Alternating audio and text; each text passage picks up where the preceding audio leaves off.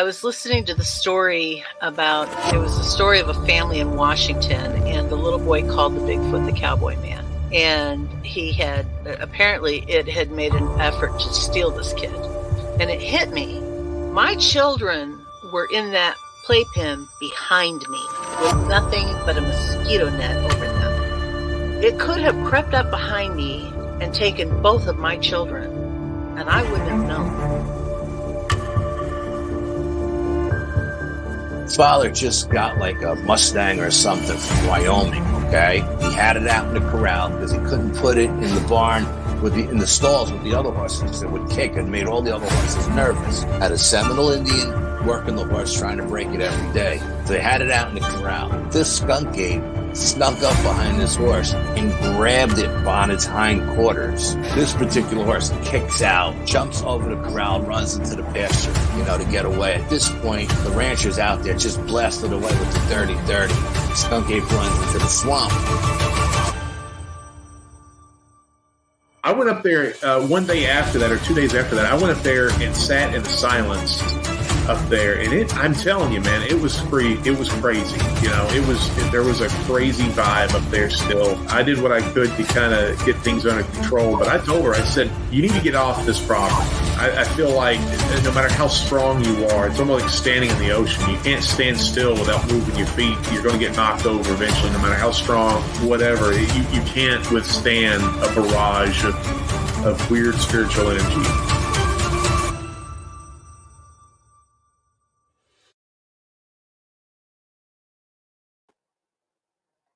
What's up, everybody? Welcome back to Paranormal Odyssey. Got another short story I wanted to bring to you guys this morning, but before we get there, guys, if you would, please hit that subscribe button if you haven't done so already. If you've had an encounter, would like to come on and share it with me on episode Paranormal Odyssey, I'd love to talk to you about that. Or if you've got a show suggestion, this is the best way to get that to me.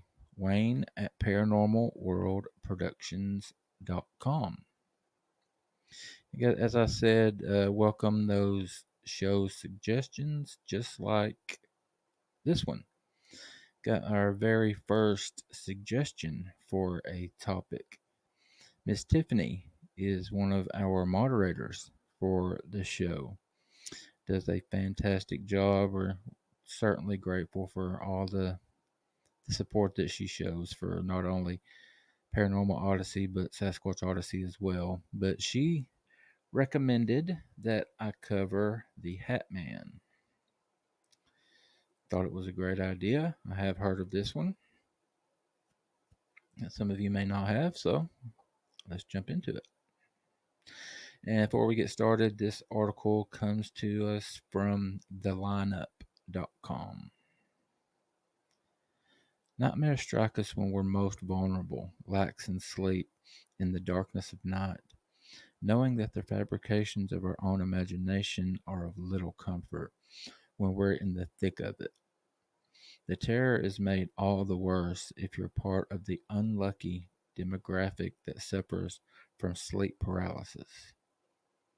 Trapped between wakefulness and sleep while suffering from sleep paralysis, one is unable to move as their dreams bleed over into the real environment. The hallucinations associated with sleep paralysis can be strange sounds like a buzzing or growling, flashes of light, animals, people, or strange figures. When it comes to typical nightmares, recurring themes are fairly common. Teeth falling out, being chased, falling from a great height.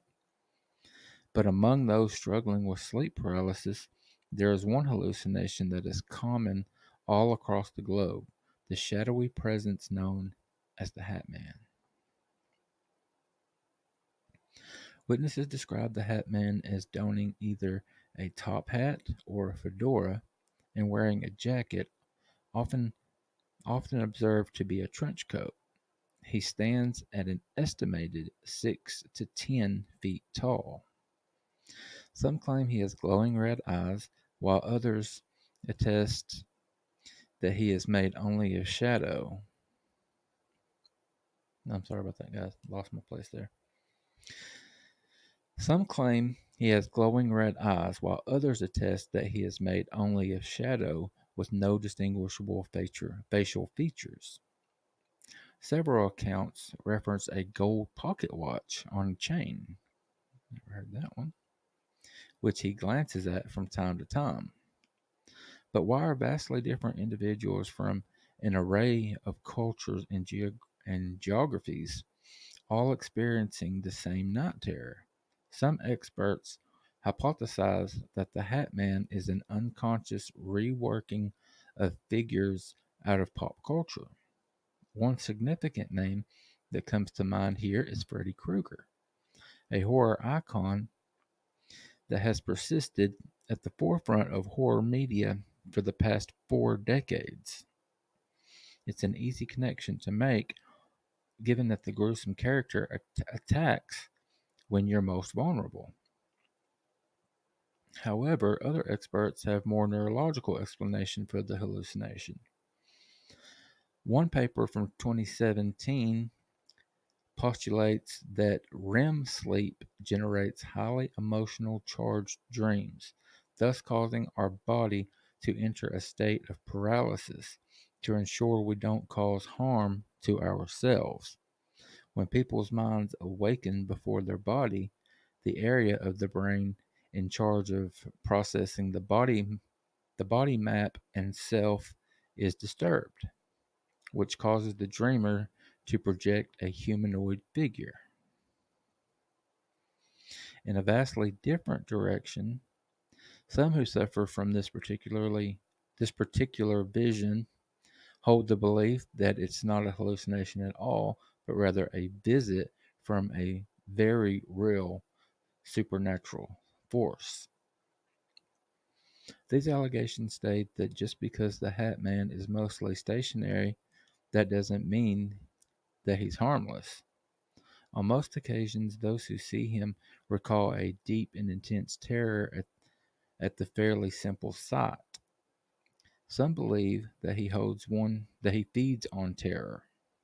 Multiple reports say that rather than vanishing as other hallucinations do, the Hat Man walks away as if he were a real person.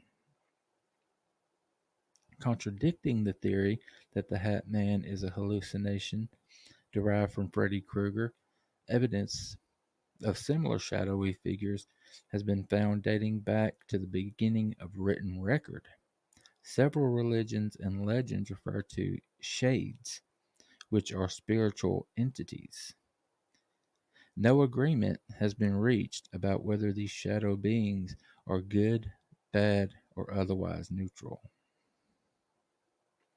Ufologists have their own take on the Hat Man. They believe that the sightings of the figure could be a visit from an alien species who are observing the human way of life. As most accounts of the Hat Man As most accounts of the Hat Man sightings report, he merely watches them from a doorway, closet, or corner. It lends some amount of credibility to their theory. Alternatively, the accounts by dreamers that the Hat Man has approached them or hovered above them seem to support the scientific sleep paralysis theory.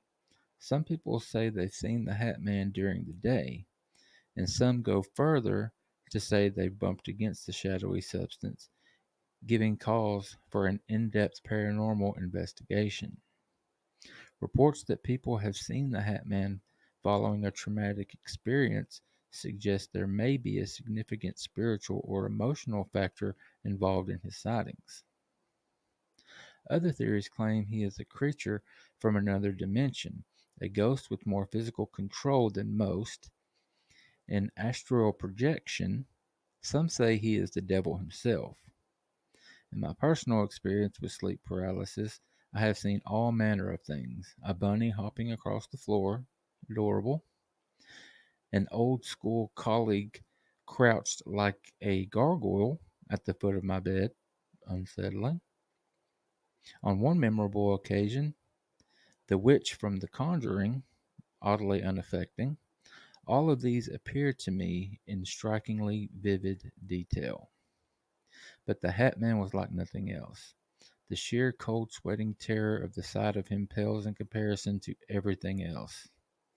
Even just talking about him now gives me a creeping sense of unease. I'm neither a scientist nor a paranormal expert, so I can hardly say for certain what I saw that night. Was it a deep seated fear of the unknown playing tricks on my brain? A brush with something terrible and hungry? All I know is that I'm far from the only person who's been frozen beneath the watchful glaze of the haunting figure. There you go, guys. Thank you, Miss Tiffany, for suggesting that one. That's creepy as hell. But a little bit of info on the Hat Man. As always, guys, that's just a brief introduction. If you want to find out more, and I encourage that you do, if you're interested in this, please feel free to do so. Find out anything cool about it, holler at me. Let me know. Shoot me an email to Wayne at paranormalworldproductions.com. Shoot me an email every now and then, guys. Let me know how you're doing, what you think of the show, all that good stuff. I'd love to hear from you. I want to ask everyone to please go and check out paranormalworldproductions.com, our website. Go pick up some merch from either this show, Sasquatch Odyssey, True Crime Odyssey, all that good stuff. We would appreciate the support. All right, I want to remind everybody about Paranormal Odyssey Live, which can be found right here where you are at right now, every Friday evening, 7:30. Hit that subscribe button, please, guys, if you don't mind. Noticed a slight uptick in the subs lately. Not sure what the cause of that is, but not going to argue, not going to complain. I appreciate it. All right, guys, I'm going to get out of here. As always, want to ask everyone, please be good to each other, be good to yourselves. And I'll see you next time.